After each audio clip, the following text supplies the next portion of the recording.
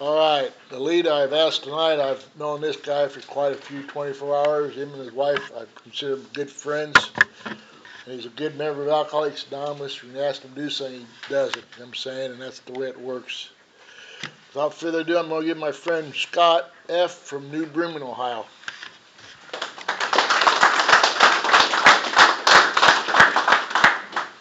Thank you, Gary.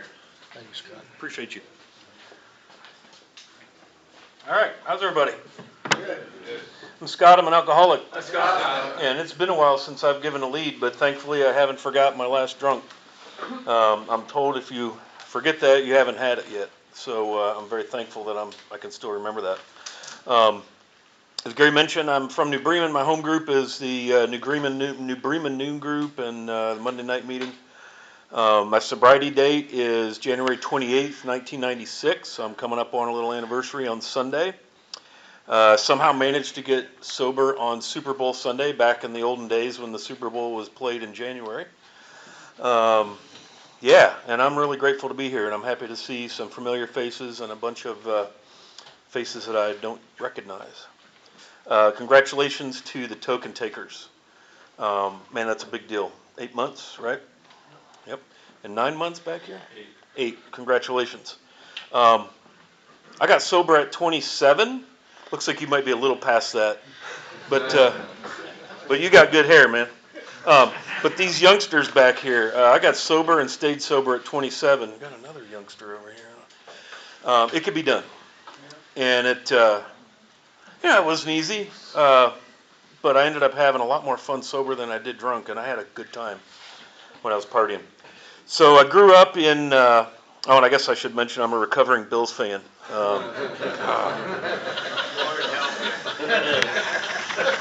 No anger. I'm not having anger today. Got that out on Sunday. Maybe it was Monday. So born and raised in Western New York. Moved to Ohio in '82. I was 13. Probably started drinking alcoholically at about that time. I was a pretty shy kid. And when I discovered alcohol, I discovered what it does for you when you're shy, right? It kind of gives you that 10-foot tall and bulletproof kind of feeling. And man, I like that. I like to fit in. And a strange thing about that, I never, until coming to AA, I can distinctly remember my first meeting in Toledo in 1996 and having that feeling like, man, I think these are my people. Just listening to some stories, people telling their experience, their strength and their hope. And for the first time, I can, really felt like, boy, I think I'm around my people, which was kind of disturbing to have that, reality check in a meeting of Alcoholics Anonymous, because that wasn't my plan at 27, right, to find myself at home in an AA meeting. That was not the plan. But, so I had a pretty good upbringing. I had 2 parents. They were really great. They took good care of me. I don't have any of the gonna blame my parents thing or any of the hardships that a lot of people go through.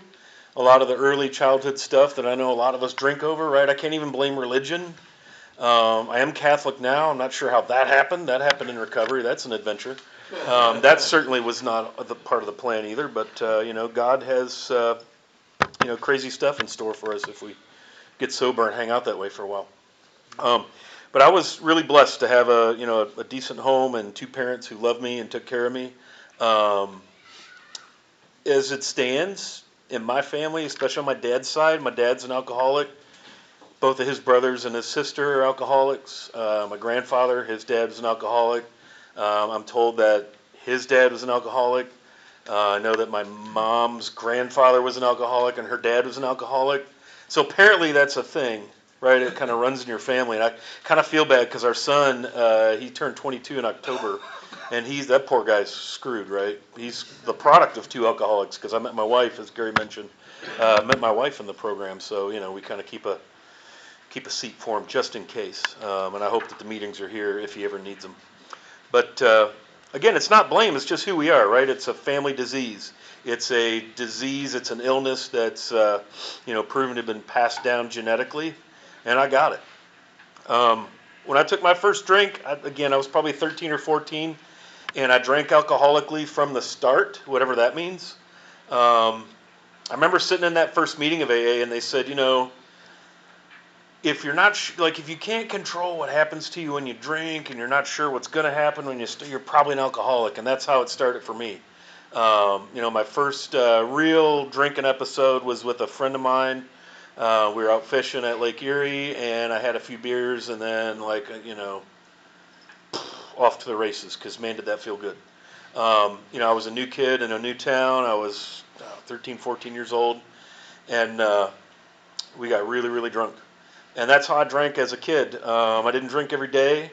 I didn't have any consequences from drinking. At least I didn't think so at the time. Like, I didn't get in trouble. I didn't have any issues with the law. I wasn't old enough to drive yet, so I didn't have that going on. But I know, looking back, that I drank alcoholically, because I drank until I couldn't drink anymore. I just drank to get smashed because I liked the feeling. It was fun. I enjoyed it. But it was occasional, occasionally on the weekend. That was it. Didn't think much of it. I was raised by heavily drinking alcoholics, like I mentioned. And, that was one of my elements of my story, is my dad's story. He was sober 7 years by the time I found AA. And he lived a sober life until he passed last March. And he helped me find the rooms. But I got a lot of memories of his drinking. And part of, I think, my story was, well, I didn't drink like him, so I must not be an alcoholic, because that dude was an alcoholic, let me tell you, right? And so that was part of my story. I couldn't possibly be an alcoholic because I don't drink like my dad. Because, he was a Manhattan drinker. Anybody drink Manhattans? Whiskey? Oh, God. Terrible. You could run a bus on that crap, man. It's nasty. I couldn't even drink whiskey. I just didn't like it. So that was part of my, my thinking was, well, I don't drink like my dad, so I'm fine. We're good. But again, I drank. I felt good when I drank. I relaxed when I drank, and I felt like I fit in. And that was kind of the method of my drinking all the way through high school and through college. I graduated from high school. We lived in East Toledo, in Northwood, if anybody's familiar with that area. Then I went to music ed school. I was going to be a music teacher when I grew up. I haven't grown up yet, by the way. You don't have to do that in sobriety, I found out, right? Just to let you know. But I was going to be a musician, a band director. Played trombone, played pretty well, pretty good musician. Another one of those gifts, from our higher power. But I discovered, and drugs are a part of my story. I'm not going to talk a lot about that out of respect for AA and the traditions. But I discovered some things in college. And all that did was really just sped up my downward spiral, right? Took me 5 years to get through Bowling Green State, which is pretty typical. Most of the music ed majors, unless you went summers, took us about 5 years to get through. But what was amazing is I was living in Toledo, commuting to BG, so about 20-minute drive. But I was also working a part-time job. I was working at McDonald's, and I would go to school all day and then go up to worked in Rossford, if anybody's familiar with Toledo. Would close that place up, get home, get off work midnight, 12:30, drink a few beers, or by a few I might have meant 12, and then be able to be in BG in the morning at 7. Like, I don't know, does anybody remember those days? Like, you guys probably could still do stuff like that, right? I mean, just coming over here to lead was like, oh my God, 7:30 meeting. I've turned into that dude, right? Jeez. Anyway. But by the time I was done at BG, I'd noticed I was grinding myself into the ground, just too much, right? Just like anything with an alcoholic, if a little bit's good, a lot must be better. And that was my mantra for a long time. I had this aversion to responsibility. I remember how many times I would go to honors music festivals and do this, that, and the other thing and work. And all these adults in my life kept telling me how irresponsible I was, which I thought was ridiculous, right? Because I'm just a kid, I'm just doing what I'm supposed to be doing. But I discovered, especially at the end of my undergrad at BG, when I was supposed to go be a teacher, right? Because that's what I went to school for. I got my bachelor's degree. One of the, I think the first person in my family to graduate from college. Fat lot of good that did me. But I discovered a thing called graduate school. Like, if you don't want to go be an adult yet, you could just do graduate school, which is college after college, which I really didn't need. But it meant I could put off adulting for a while, so I packed up my stuff in a car and drove to Houston, Texas, and discovered loneliness. Lived with my parents all through my undergrad, commuted, didn't have any issues, partied here and there. My partying got, like I was a binge guy, right? Weekend warrior, whatever. The problem was by the time I left Bowling Green, my weekends kind of started on Thursday night and went till Sunday, maybe sometimes till Monday. I don't know about you all, but my weekends got longer, right? But when I went to graduate school, my weekends became every night because I got down there to Texas, didn't really know too many people, made some arrangements. Was a trombone performance major at the University of Houston. Talk about a good city to be drunk in, Jerry. I know you're vaguely familiar with Houston. Um, but my weekends became like every night, right? I found a sports bar I could hang out in, made all these friends, discovered really, really hard drugs, started doing things I never imagined myself doing because I wasn't raised to be, like I was buying crack from the dudes on the corner and ran around with a guy that had bullet holes in his car and all that, really bright stuff we do when we're partying. But what happened was I was away from family and I just spiraled miserably lonely. All my insecurities, what do they call it now? Imposter syndrome, that thing telling you how crappy you are all the time. Um, but I had like two voices. I had the imposter syndrome dude going, "You're terrible and suck and you're awful and you're not worth." And then I had my ego over here telling me how great I was. Right? Does anybody relate to that? What do they call it? Egomaniac with an inferiority complex. Yeah, I had that going on. But what I did was just crashed and burned. Never did finish graduate school. Burned through some cars. Burned through a couple of apartments. Got rescued by some friends back up in Toledo who discovered that they thought I needed to probably just come home. And I came home. And I still didn't get sober. The one thing that probably did do, though, was got me out of a city where, it's not real hard to find whatever you want down there in Houston. Not that you can't in Toledo, but I was around family. I was kind of under scrutiny, that kind of thing. But I was not sober. So I went from doing a lot of really scary hard drugs back to just drinking because that was kind of what was available. Um, and I couldn't hold a job. I remember I had my, again, I've got a bachelor's degree. I'm a certified teacher in the state of Ohio, right? And the only job I could hold down by this time was maintenance man at McDonald's, which is fine. That's a fine job. Not for a certified teacher in the state of Ohio with most of a master's degree. So my underachieving had, gotten into full swing. And the whole time, I just thought I was having a good time. This is what you do, right? I'm 21, I'm 22, I'm 25, I'm 26, 27. I remember I took a couple hostages. I had a girlfriend and her little daughter. So I thought I was adulting.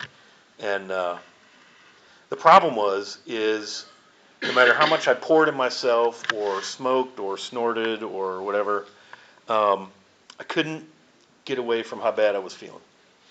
Right? I believe, and this is part of my recovery, part of my spirituality. I believe there's a bit of higher power in each of us. Right? We're fundamentally good people. We're meant to be positive, free, at peace. And when you pour drugs and alcohol all over that, you get that conflict in there going, part of you is going like, dude, would you please stop? And the other part's like, no, man, this is fun. And you get that inner turmoil. And that's kind of where I was at when I found AA. So fast forward, right? January 28th, 1996. The 27th was I guess would have been my official last drink, although I probably drank well past midnight. I still remember that. It was at Frankie's on the east side on the Star Avenue? Main Street in East Toledo. It was a club. I was playing in a band, which, at 27, that's pretty cool, except all your, bandmates are like 18 and 19. That was fine, I'm sure. Not fine. But I remember I don't know how many of you had this experience where you like drink yourself sober. Have you ever done that? Like you drink yourself to this point of clarity, and it occurred to me that maybe this wasn't good. What's going on with me? Miserable, angry. I mean, I was a pretty fun dude back in the day. But the more I drank, the more I drugged, the less fun, right? Miserable, angry, couldn't figure out why. Why is life picking on me? Why is everything terrible? Why am I living in an almost condemned house in East Toledo? I'm better than this. I'm smarter than this. I have my degree. Blah, blah, blah. Because drugs and alcohol, right? Probably should mention that the band director thing didn't quite materialize. Never did get that on track. Drank that up. right? An entire career, drank it up. Got sober because my brother, this is fun, right? My brother had decided to move in with us because that was a good idea. Um, his name is Scott, also stepbrother. So got Scott, and then my fiance and her little girl living in this absolute hole in East Toledo. And he went on like a 3 or 4 day situation with hard drugs and a bus trip, and vanished for a while, and turned up and decided to call my dad and go to some meetings because he was like, okay, I got to get my act together. And of course, like any good big brother, because I taught him how to drink and use drugs and all that. I thought, well, good for you getting sober. Good, that's you need to do that. Right? It was very encouraging. In fact, we went through the big pouring out ceremonies and had to find all the stashes and all the things, so he could get sober because he really needed to do that. And I remember my dad got him to his first couple meetings, and this was a Saturday night. Was my last drink. Sunday, Super Bowl Sunday. Scott goes off to these meetings, and by Wednesday, he's of course an expert in Alcoholics Anonymous because it just takes 3 or 4 days for all of us so that we can go tell all of our loved ones how they should live. Because 3 or 4 days you should be an expert, right? After how many years of a mess. So he brings home a copy of third edition copy of the big book, the 449 big book, right? And proceeds to lovingly evaluate my progress through life, which ordinarily might cause me to choke the what out of him, because I'm the dude who taught you all this stuff. How dare you, kind of. But I had one of those, and I'm sure you all have experienced this, where again, ordinarily I'd probably just want to choke the hell out of him, but he was correct. He was calling me on my stuff. And thankfully I had enough, and I was humility. I had been sober as long as he had, but only because he didn't need to be around it. I was fine. But I was staying sober for him, because that's what you do, right, when you're as awesome as me. But I didn't fight him on it. I listened. Some of it sunk in. I don't know what happened, but has anybody seen that? Was that 44 questions pamphlet? He started rattling those bad boys up. I'm like, oh, this isn't going well. And he came home and kind of gave me my first 4-step. But he was right, and he gave me that big book. I still have that big book. I still read out of that big book. And so a couple days. That was on a Wednesday. A couple days later, went to my first meeting on a Friday night, and I will never forget that. In Toledo, we have this thing where when you come to an AA meeting, you have to shake everybody's hand. That's just how they do it. And if you don't, well, you just do, because if you don't, the old geezers like Gary will hunt you down and force you around. So my dad said, well, I'll meet you there. I'm not going to take you. I will meet you there. But I made my brother drive because I was too embarrassed for my car to be seen at a meeting of Alcoholics Anonymous. Not that anybody would know what the heck was going on in this church on a Friday night in East Toledo on Star Avenue. So I go to this meeting, and the one visual I have from this meeting is the top of my shoes. Like I could still close my eyes and picture what the top of my shoes looked like because I could hardly look at people, right? I didn't want to be there. I was only going there because, some of the things my brother had said kind of rang true, and I was like, well, I guess I better at least find out. Let's make sure I'm cool and I'm not an alcoholic. So I'll go to this meeting and clear this up. So I go in there, and my dad gave me some of the best advice that I'd ever gotten in AA. He goes, just get some coffee, shake some hands, sit down, and try to relate. It was probably some of the best advice I ever got in AA was listen and try to relate. Because I would be like, well, I'm not female, I'm not ancient like Gary, I don't whatever. There's all these things reasons for me not to connect with you people, right? Because I don't belong here. And it was a meeting kind of like this. I don't know how many people, 7,000, 8,000 people, at least it seemed like. It was men, women, younger folks, typical AA group. And a couple of weird things happened. I got my coffee and I sat down and shook a few hands, and I couldn't take much of that, so I just kind of scurried in the back. But one of my character defects, one of my challenges in life was this thing about not fitting in, right? And so they go through and do tokens and all that stuff, and they ask up until hey, is anybody here for their first meeting? Want to introduce yourself? Well, I made that mistake, and I raised my hand, and I said, I'm Scott, I'm an alcoholic, because I didn't want to, I thought if I don't say I'm an alcoholic, they're probably going to hang me on the wall and beat me with a stick until I say I'm an alcoholic. So I'll just fit right in here. And I'm like, I'm Scott, I'm an alcoholic. It's my first meeting. And it was on, like happens, you know how we do when you get a newcomer. And so I had to listen to a number of people. It was just a discussion meeting, talk about their recovery and talk about their alcoholism. And this little lady named Connie sat right next to me, little Latina lady, and she kept patting my leg. It's okay, it's gonna be okay. I'm just like, come on, I'm fine, right? And I'll never forget that. Or just pat my leg, it's gonna be okay. But the thing that struck me about that meeting is I'm listening to all these people that I didn't know, and I thought my dad had come in there and like greased up the room a little bit, because as they're talking, I'm like, man, that is me, right? They talked about how they felt when they drank. They talked about how they felt when they stopped drinking. They talked about stuff they were afraid of. They talked about some of their adventures that they were on from their, alcoholism, and I could relate to a lot of stuff. And I remember walking out of there like, man, I think these are my people. Like for the first time, I don't know about you all, but most of my life to that point, I felt out of place. Like, whatever's going on is fine for you all, but I'm not part of this. Now, I mean, I'm sure some of it was me being like that, so I don't, because if you knew stuff about me that I know about me, you wouldn't like me very much, so we all put that wall up, or we all just feel not a part of. But in AA, for the first time, maybe ever, or in a long time, it felt okay to be me. Like, these people get me. Um, that thing they talk about in recovery, terminal uniqueness, right? I'm the only person that's ever felt this way in the whole universe, right? If you'd been through what I've been through, that was me. And listening to people talk about their experience in AA is what, again, I had just enough humility, defeat, I don't know what it was, just enough that it hooked me. I was like, oh my gosh, I think there might be something to this. But I wasn't an alcoholic. Like I said I was, because again, I don't know what they do to people that don't say, I'm an alcoholic, right? I didn't want to find out.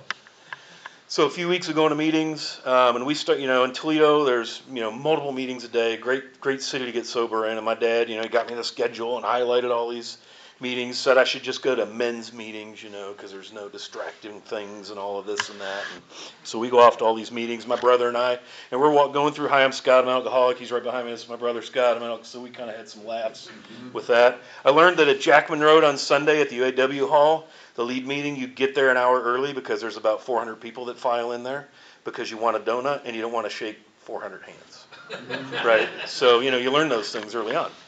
So a few weeks of meetings, and it occurred to me that I was still kind of like, I'm not sure I'm an alcoholic. Like, I get how these people feel, and I get, like, I remember going to my first home group was a 12 and 12 meeting, and I hadn't been to meetings long, and we're in month 2, and y'all know what that means if you're part of a 12 and 12 group, right? It means we've got to read the second step. And that's the one that suggests we might not be sane, whatever, right? That was didn't care for that too much. And so I finally, at this same Friday night meeting, I remember this, I'm like, okay, I'm going to raise my hand, I ask this question, how do you know you're an alcoholic? Right? Because I didn't know. I'm like looking for is there a label, is there like a list I can find somewhere to just for sure because remember, I didn't come here to seek your help. I came here to make sure I was good, right? Because I had gone to AA once when my dad was in, it was like Compass Detox in Toledo or St.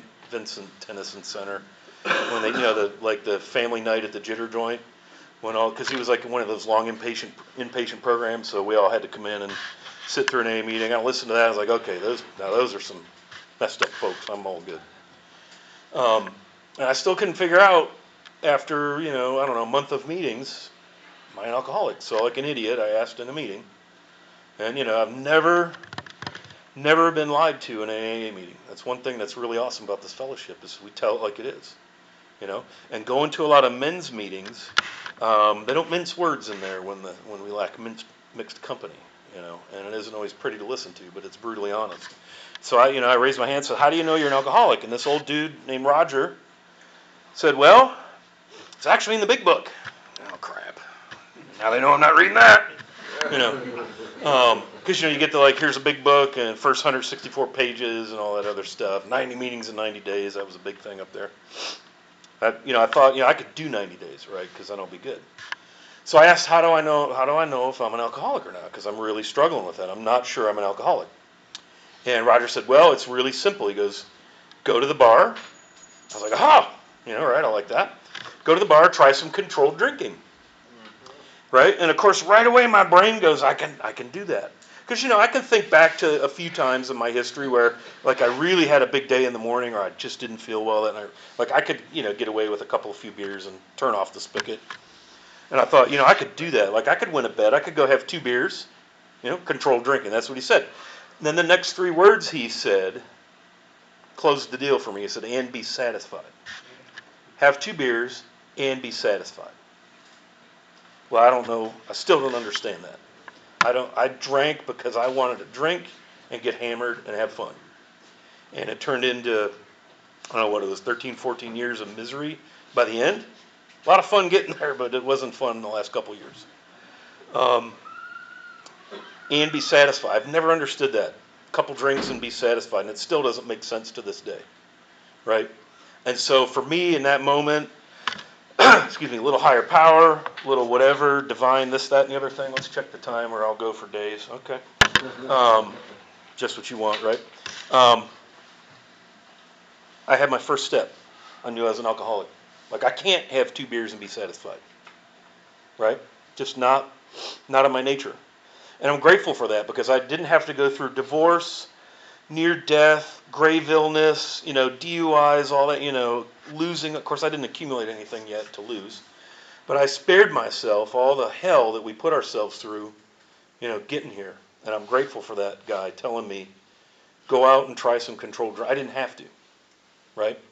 Did not have to because I knew as soon as he said, have a couple beers, put them down, and be satisfied. Like, I can't do that. Like, I could do it and win a bet. And once I collect on the bet, I'm going to go get some more, beer. But and be sad, like I had just enough self-honesty. Like, I can't do that. I can't be satisfied. I'm an alcoholic. And that was enough for me. And so, I got my first sponsor. That was an adventure. I'm an emotional person. Anybody? Anyone? Of course. Couldn't control them, couldn't handle them, didn't know what to do with them. Take away the alcohol and the drugs, and all of a sudden I don't know how to live with myself. I remember trying to decide one morning, should I brush my teeth first or use the restroom? Like, literally, big life-changing decisions early on because I just, Another one for me was, besides the difficulty in choosing a sponsor, because I didn't want to choose the wrong sponsor. It had to be perfect. And they had to be able to, understand me and help me. And they had to be really, really sober, right? And I remember sharing all this. There was this guy I really wanted to be my sponsor because he was cool and he was into drugs and wore a lot of concert T-shirts, like me, musician. I thought, man, that's the guy, but I'm afraid to ask him, what if he says no? And so I was confiding in another alcoholic before the meeting, and Jamie said, well, if John over there says no, then I'll be your sponsor. Oh, crap. Now I'm screwed. I'm walking out of here with a sponsor. So I asked John, and he said, yeah, I'll be your sponsor. And he gave me this book, 24-hour day book, right? And it's getting a little raggedy here, but he told me, he circled a date in here, and he said, you better read this on a daily basis if you want to stay sober. And it's still, I'm going to read it to you now. It's January 6th. Still rings true. The AA thought for the day is the part I'm talking about. It says, keeping sober is the most important thing in my life. The most important decision I ever made is my decision to give up drinking. I'm convinced that my whole life depends on not taking that first drink. Nothing in the world is as important to me as my own sobriety. Everything I have, my whole life, depends on that one thing. Can I afford ever to forget this, even for 1 minute? And that passage right there has got me through more stuff. Remembering that everything I got going on in my life that's good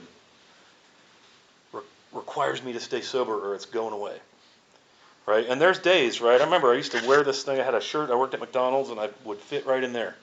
And I'd go out and while I was working and have a smoke. And if I was in a bad way, I'd open that thing up and read it.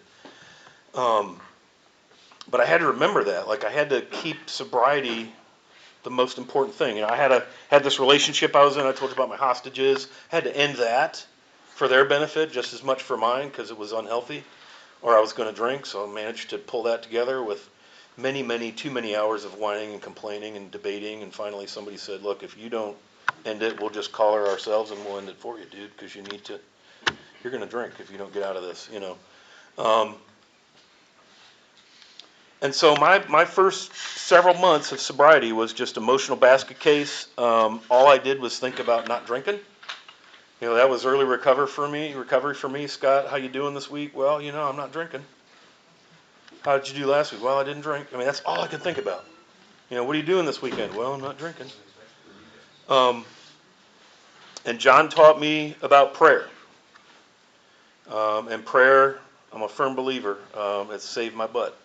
That connection with a higher power. And my dad's Unitarian, my mom was Episcopal, and that's pretty much as far apart as you can get in the Christian faiths, right?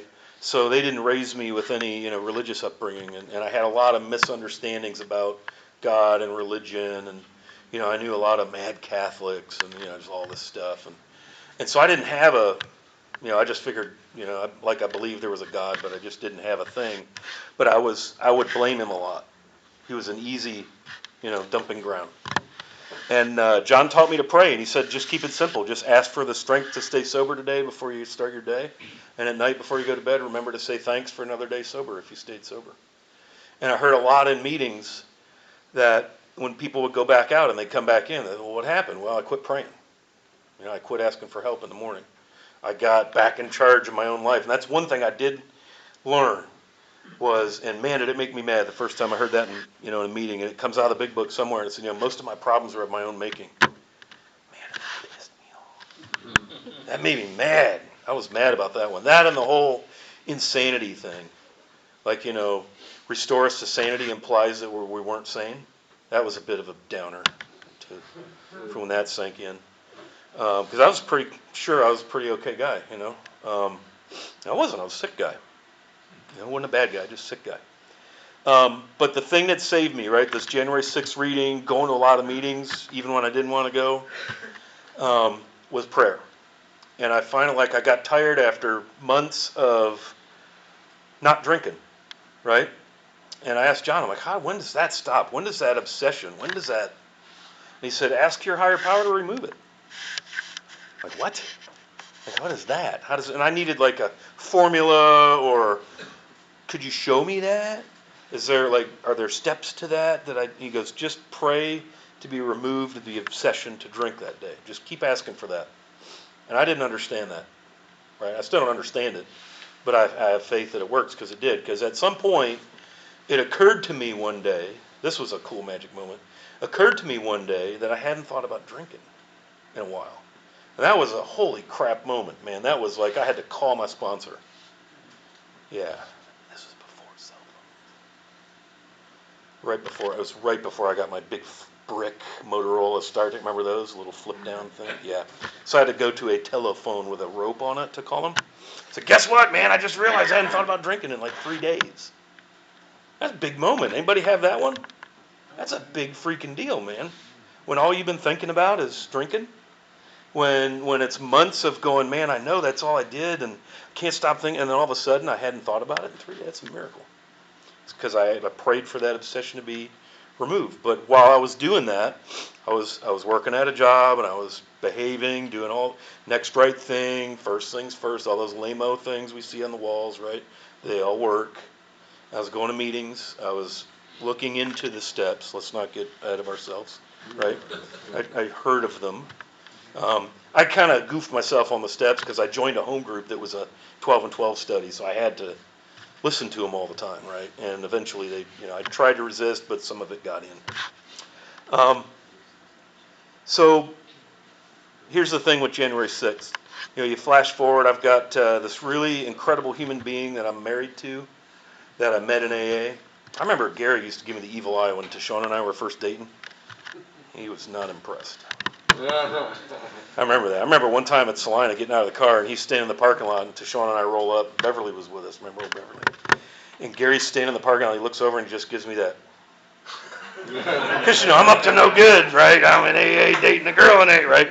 Well, I'm happy to report we got married and we had a son. Talk about a miracle, right? A product of sobriety. I mean, again, this poor guy's in big trouble, right? Because his entire DNA is from 2 drunks. So we got that going on. We're still married, by the way. Here's a good one.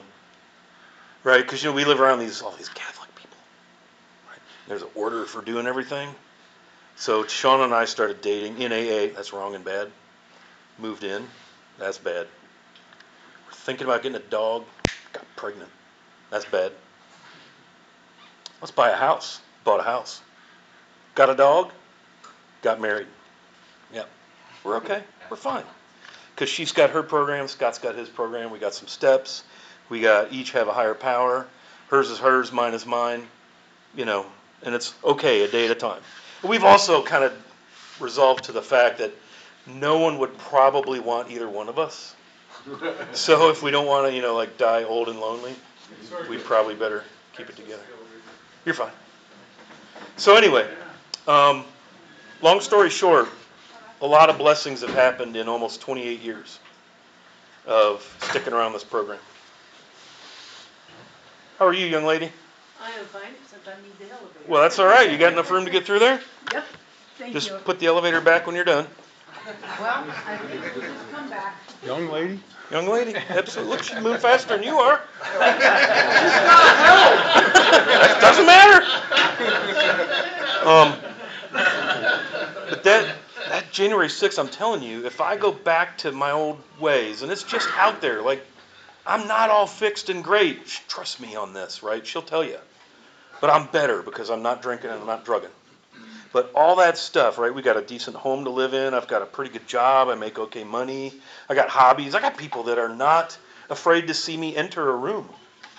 That's a big change from back in the day, right? I mean, I got some VHS, for all you old timers, footage of me at some holidays that's really special, let me tell you. All of that goes away if I rescind that decision to stay sober a day at a time. And it's been a day at a time, right? So you young bucks back there, it could be done, right? Get to some meetings, get a freaking sponsor, right? I remember my friend Brian, God rest his soul. That's a bummer. Brian's gone. Would always say, if you sponsor yourself, you're consulting with an idiot. Can relate to that one, right? We all do it.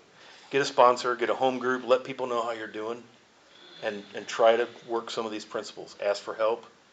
And man, one more Gary story. I don't know if you remember this, Gary, but you and John K. and Dan R., who moved to Australia, thought, we need to get this new dude, because I moved to Cridersville in 1998. I was just 2 years sober. And they said, we need to get this new guy involved in service work. Thanks, Gary. So tell you what, we do this meeting at the jail in Walpog. Does anybody remember the old jail in Walpog? One with the basement, scary, dungeony sort of, with the big barber's chair that I thought was an electric chair. Right? They said, meet us at the jail on Saturday, 10 a.m. meeting, show up at 9:45, go inside, tell them you're there, and then you can just go outside, have a smoke, wait for them. They'll come out and get you. So I did that. I don't know if you remember this. Well, him and John and Dan and Handlebar Rick no-showed. I had to do my very first ever jail meeting all by myself. I'm pretty sure they were up at the Western Sizzlin' or Waffle House having a good old time, thinking, we screwed that dude, right? Got him involved in service. But, I ended up doing that jail meeting for about 10 years. And that was a life changer. So service work, it's not a big deal. Just be helpful, right? This thing has only given me an entire life, right? Got sober at 27. I'm 55. God willing, the creek don't rise. We'll keep going. But get active in service, get a home group, get a sponsor, work the steps, pray, and it'll probably be okay. So with that, I'm going to tap out. I appreciate you all having me. It has been a long time since I've told my story, and I feel better for doing it. And Gary, thank you for letting me pick on you. You're not going to beat me up, are you? He's tough. You seen him in action? He's tough. Yeah, and thanks for getting me. I don't know if you remember that deal with the jail, but yeah, you guys, we'll meet you up there. So, if he says, hey, I'll meet you up at the jail, yeah, get it in writing. But it set me on the right path. It really did. And service work, boy, you really find out about recovery when you do some service work. So thank you all for having me, and I'm going to pass.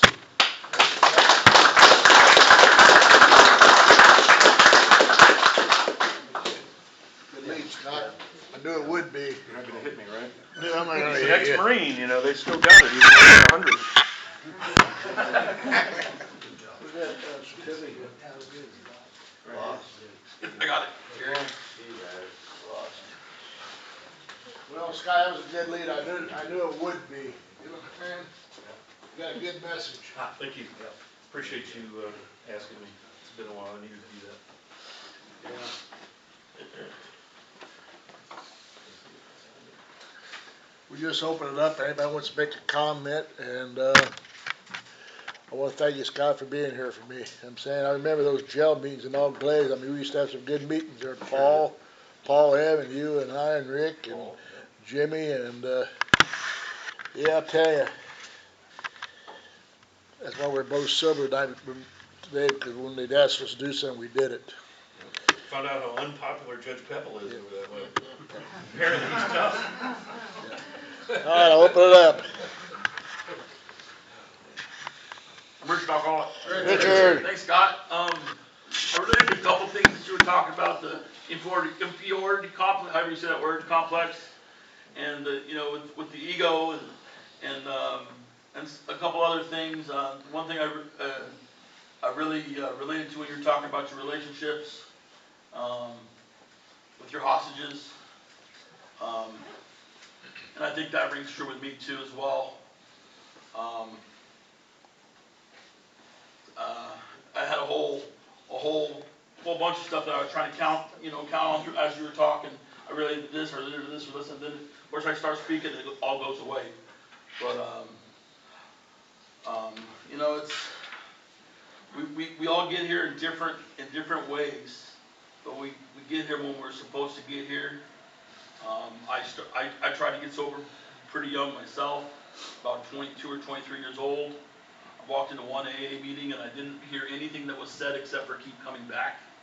I think that God planted that in my head at the time, because that's what I did for a long time. The controlled drinking, trying some controlled drinking. I never heard the part where it said then be satisfied, because I was doing it every once in a while, going and having a couple beers, watching a Dodger game, and I thought I was controlling my drinking. And then when the you know what hit the fan, I got drunk for 10 days straight. After I broke up with my girlfriend and she kicked me out, and it wasn't over drinking or anything like that. We parted ways, and Derek's favorite story about my middle mattress situation. And when I was sleeping about this much of the bed, and my butt was this big, and you know that whole thing. You know, that was that time, and you know it's. Like I said, we get here when we're supposed to get here. I wasn't supposed to get here at 23. I was supposed to get here at 40 years old when I did. And I love talking about service. I got involved in service around here rather quickly. Ray kind of did the same thing to me, except he just brought me. He actually went with me to the district meeting, and showed up at the district meeting one time. I started getting involved, and that was about 3 or 4 years ago.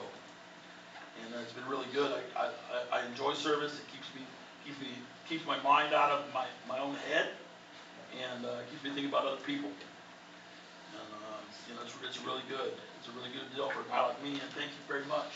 Congratulations, Don, on your 8 months. That's pretty good. It shows me the program's still working one day at a time. I'll pass. Richard. Thank you. Mike, alcoholic. Mike. Scott, I knew you for a while, and I always liked seeing you over there at the Bremen meeting. It's gonna be a fun meeting. Scott's here, but I've learned a lot through the years from you. You've helped me out a lot. That's because I'm willing to listen and take in what you guys say, because you guys know what you're talking about. But it was awesome lead. I'm going, ooh, Scott, I don't think I heard your lead. So it was an awesome lead. Thanks for your time tonight. And really learned a lot. Thank you. Man, Mike. Thanks, Mike. Derek, alcoholic. Hey, Jared. I related, thanks for your lead, Scott. When you first started talking about when you first started drinking, you know, I honestly think, you know, I was the same way that first one, and I was off to the races. You know, I never drank sociably. one day of my life. I always drank for the effect and to, get drunk, but,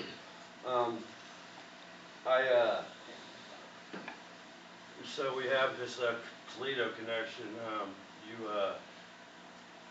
So I went to rehab in Toledo. I didn't complete it. I got out, and I ended up on the east side of, Toledo over there. So I thought I could stay sober living around the corner from the only, liquor store on the east side of Toledo, on Star Avenue, their, great party mart. So, needless to say, 9 months over there on the east side of Toledo didn't do me very well. I didn't stay sober that time. It brought back some memories about the old Toledo days. Good lead, thank you.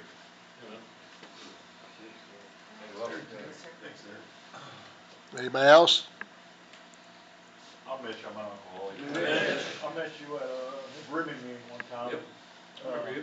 Yeah, there's a lot of good stuff to hear there, and I just remember I shared something, and then when you shared, you talked about what I shared, and you gave it to me straightforward, I don't know if I wanted it sugarcoated. I think I did want it sugarcoated, and you didn't give it to me sugarcoated.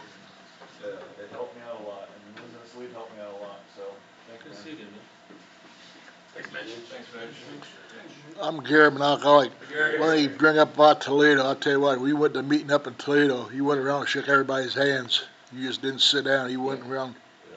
That's the way it was. And me and Wasion and places like that, you went. That meant a lot. That handshake we have means a lot to an alcoholic. That was a good message, Scott. All right, you want to close the meeting with Our Father?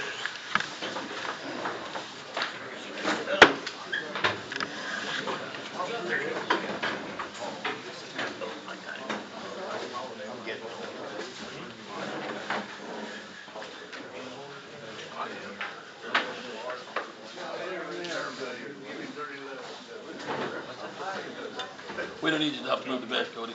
Oh, I No, was gonna say, I didn't hear nothing from you. No, we're good. Scott? You're taking it back. Who keeps us sober? Our Father, who art in heaven, hallowed be thy name.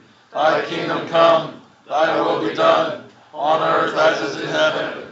Give us this day our daily bread, and forgive us our trespasses, as we forgive those who trespass against us. And lead us not to temptation, deliver us from evil. Thine is the kingdom, power, and glory forever. Amen. Keep coming back and worship your word. Yeah, it's a long story. No, it's not, but it's okay, we got it. Hey, fix your coffee. Hey, fix your coffee. Down there. I loaded up.